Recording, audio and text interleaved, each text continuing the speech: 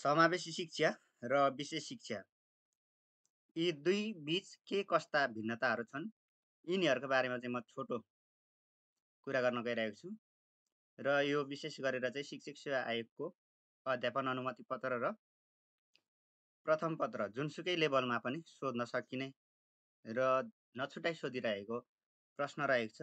धेरै मान्छेहरू झुक्किनुहुन्छ, बुझ्दाखेरि यो एकदमै सजिलो छ। एकचोटि यसलाई हेर्नुहोला, म थोरै तपाईँहरूलाई यसको बारेमा बताउन गइरहेको छु, जसको लागि मैले सानो प्रेजेन्टेसन बनाएको छु। म त्यसलाई अन गर्छु, पावर पोइन्टमा रन गर्छु। म रन गरिसकेपछि मसँग यहाँनिर इन्क्लुसिभ भिएस एक्सक्लुसिभ एजुकेसन भन्ने छ। यसलाई म स्लाइड सोमा गएर ठुलो पार्छु र समावेशी शिक्षा इन्क्लुसिभ एजुकेसन भर्सेस विशेष शिक्षा एक्सक्लुसिभ एजुकेसन।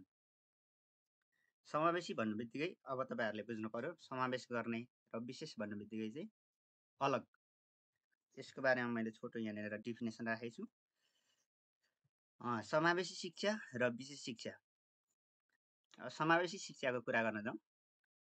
विभिन्न क्षमता अथवा फरक क्षमता भएका र साधारण क्षमता भएका सबैलाई एकै ठाउँमा राखेर दिइने शिक्षा समावेशी शिक्षा हो। जस्तो बहिरा, सुस्त मनस्थिति, अपाङ्ग, अटिजम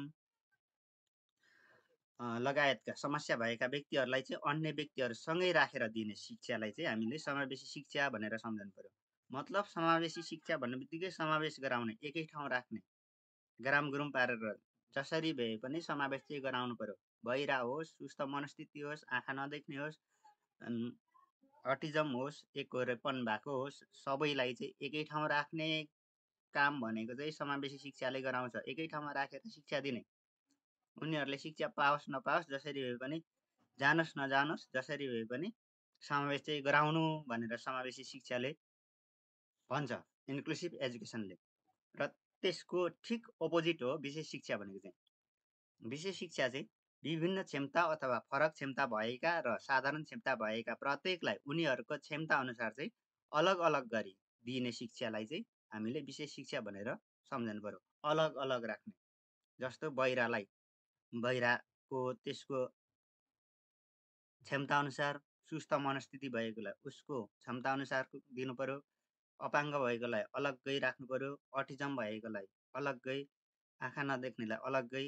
यस्ता कुराहरू चाहिँ विशेष शिक्षाले बताउँछ। यहाँनिर लेखिएको छ, बहिरा, सुस्त मनस्थिति, अपाङ्ग, अटिजम लगायतका समस्या भएका व्यक्तिहरूलाई अन्य व्यक्तिहरूभन्दा फरक तरिकाले अलग अलग राखी दिइने शिक्षालाई चाहिँ हामीले विशेष शिक्षा भनेर सम्झनु पर्ने हुन्छ। अझ समावेशी शिक्षा भनेको चाहिँ समावेश गराउने। अझ यसको उदाहरणहरू हेर्ने हो भने सानो बच्चा होस्, ठुलो मान्छे होस्, सबैलाई चाहिँ बराबरको थालमा बराबरी भात दिनु भनेको चाहिँ समावेशी भयो। विशेष भनेको चाहिँ सानो बच्चाले थोरै खान्छ, थोरै सानो कटौरामा दिनु पर्यो, सानो थालमा, सानो प्लेटमा। ठुलो मान्छेले यति भात खान्छ, ठुलो थालमा दिनु पर्यो। समावेशीमा चाहिँ सानो होस् ठुलो होस्, ठुलोसँगै सानोको आधारमा दिने अथवा सानोसँगै ठुलोको आधारमा दिने कुरो भयो। र विशेष शिक्षामा चाहिँ उनीहरूको क्षमता अनुसार, विशेष भन्नु बित्तिकै एक्स्ट्रा भएको, एक्स्ट्रा अर्डिनरी, यस्तो कुरालाई चाहिँ बुझ्नु पर्यो तपाईँहरूले।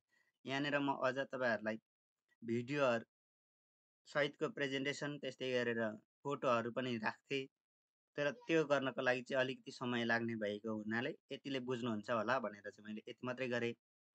कृपया तपाईँहरूले यति गर्दाखेरि पनि नबुझेको कन्डिसनमा चाहिँ तपाईँहरूले कमेन्ट गर्न सक्नुहुन्छ। म त्यही तरिकाले चाहिँ भिडियो फोटो सहितको प्रेजेन्टेसन बनाएर तपाईँहरूलाई बताउने छु। माध्यमिक तहको अध्यापन अनुमति पत्रको परीक्षा यही मङ्सिर 22 गते हुँदैछ।